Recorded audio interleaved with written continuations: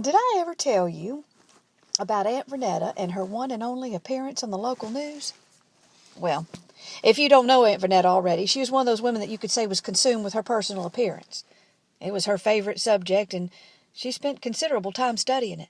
There wasn't a body part on that woman that hadn't been tucked, sucked, plucked, tweezed, shifted, or lifted at one time or another. Mama used to say, "Isn't it a shame she's not proud of the face God give her?" Daddy used to say, "It's a wonder God even recognizes that woman anymore at all." Anyway, she wore these frighteningly long fingernails that curved at the tips and were always painted to match her lipstick.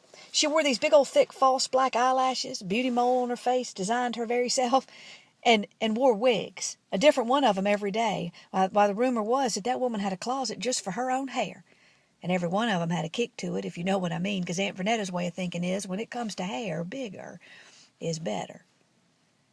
Anyway, you're probably wondering how she ended up on the local news. Well, she was on the fundraising committee over at the Cedar Grove Baptist Church, and she was in charge of the entertainment for the annual fundraising dinner where they usually get somebody halfway famous to entertain and raise up some money. Well, she figured she was the most important person she knew and decided, well, it was in the church's best interest that she sing for the annual fundraising dinner, a sweet little piece she'd just learned in voice class called "I Feel Pretty."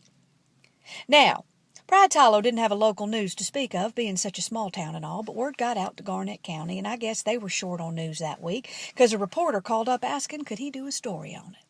Well, being as Aunt Vernetta's husband was donating a hefty check to the church, 10% of all used tire sales for the month, and seeing as how she was the one who answered the phone when the reporter called, she elected herself to appear on the local news on behalf of the Cedar Grove Baptist Church. You could imagine what a project she made out of this. Just choosing the wig alone was a monumental decision in itself. Folks didn't see her for days. Not that they minded. Now, she made it clear to everyone in town exactly what day and what time she was going to be on the news, and though most folks didn't exactly go out of their way to see Aunt Vyrnetta, well, it just wasn't every day one of their own was on the TV, so every eye was watching her that night, and good thing, too, because no one would have believed it otherwise. Aunt Vyrnetta was going to be on after some bald man named Cyrus from over in Newchester who had him a parrot that could recite the Lord's Prayer. It was a really cool bird, real big and yellow with a wingspan of about a foot at least, and Daisy, well, that was her name, Daisy, sat up on Cyrus's shoulder and recited that entire Lord's Prayer, complete with a bow at the end, which we all thought was a nice added effect. And then the reporter ushered Cyrus and Daisy off stage and announced Pride's Hollow's lovely Vyrnetta Henry, and said how honored they were to have such a small sampling of her talent for their show. Obviously, he had never heard her sing before. And then this drum rolled, which no doubt was Aunt Vernetta's idea, and out glided Aunt Vyrnetta, gussied up like she was about to meet the president himself. Now, it was all kind of corny, truth be told, her wearing this red shiny dress with all the sparkles or sequins on it, I think they're called. And if you weren't careful, if she catch the light just right, it would blind you on occasion. She floated like a model, shaking her hips with that tiny smile, waving ever so slightly back and forth to all of us like she'd done when she won the Pride's Hollow Sweet Potato Queen and was riding on her pageant float. She had on so much gold jewelry, it's a wonder the woman didn't fall over. But it was her hair that beat all. You see, the color she'd chosen that evening was platinum. I think that's what they call it. It was whiter than that fake snow you spray on the windows at Christmas, and it was piled up on top of her head, layer after layer. All these teeny tiny rolls in it made it look like a beehive. It was a work of art. It must have taken somebody weeks to put that thing together. It must have weighed 5 pounds all on its own. It's a wonder she could even hold her head up. I tell you, that woman, she'd outdone her very own self. And she knew it, too, as she stepped up to that microphone and got ready to sing. It happened just as she sang the first note.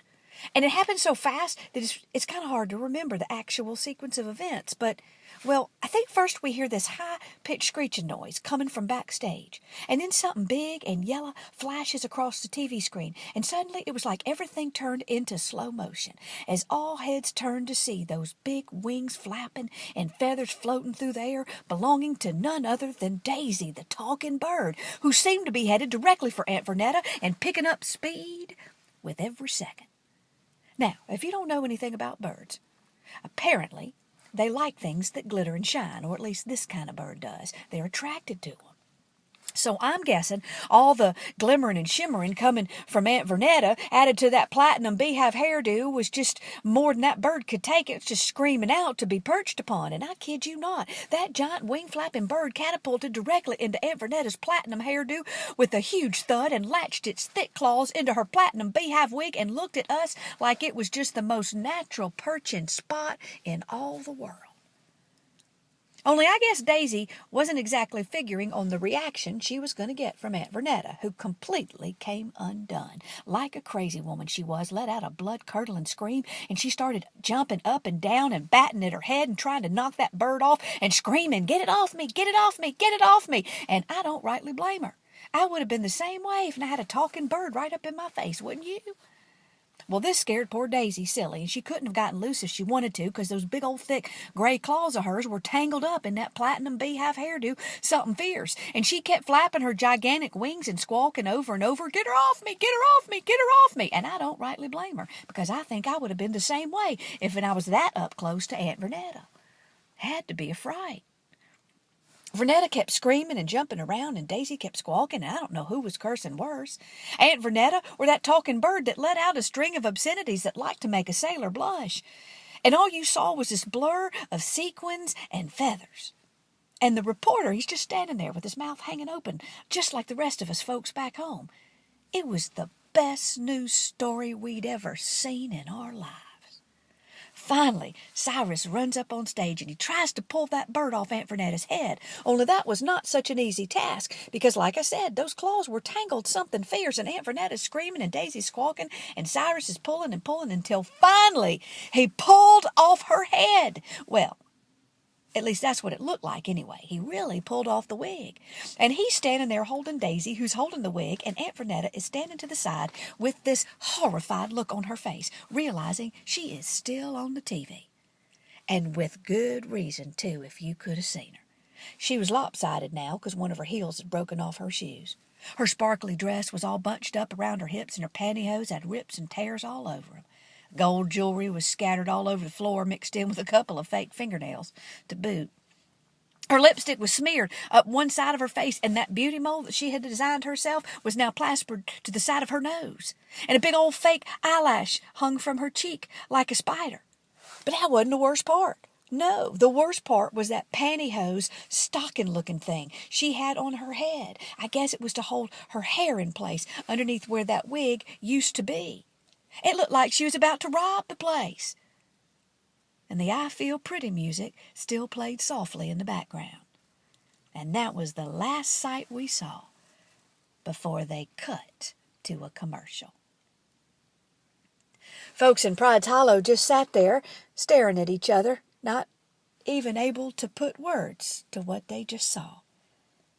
And then someone, somewhere out there, let out a giggle, followed by another and another, until folks were rolling on the floor laughing in every house in Pride's Hollow. They laughed till tears streamed out of their eyes. They laughed till they felt like their sides were splitting. They laughed so hard it was like this one giant cloud of laughter rose right up in the sky and directly into God's ear, and I do believe he started laughing too.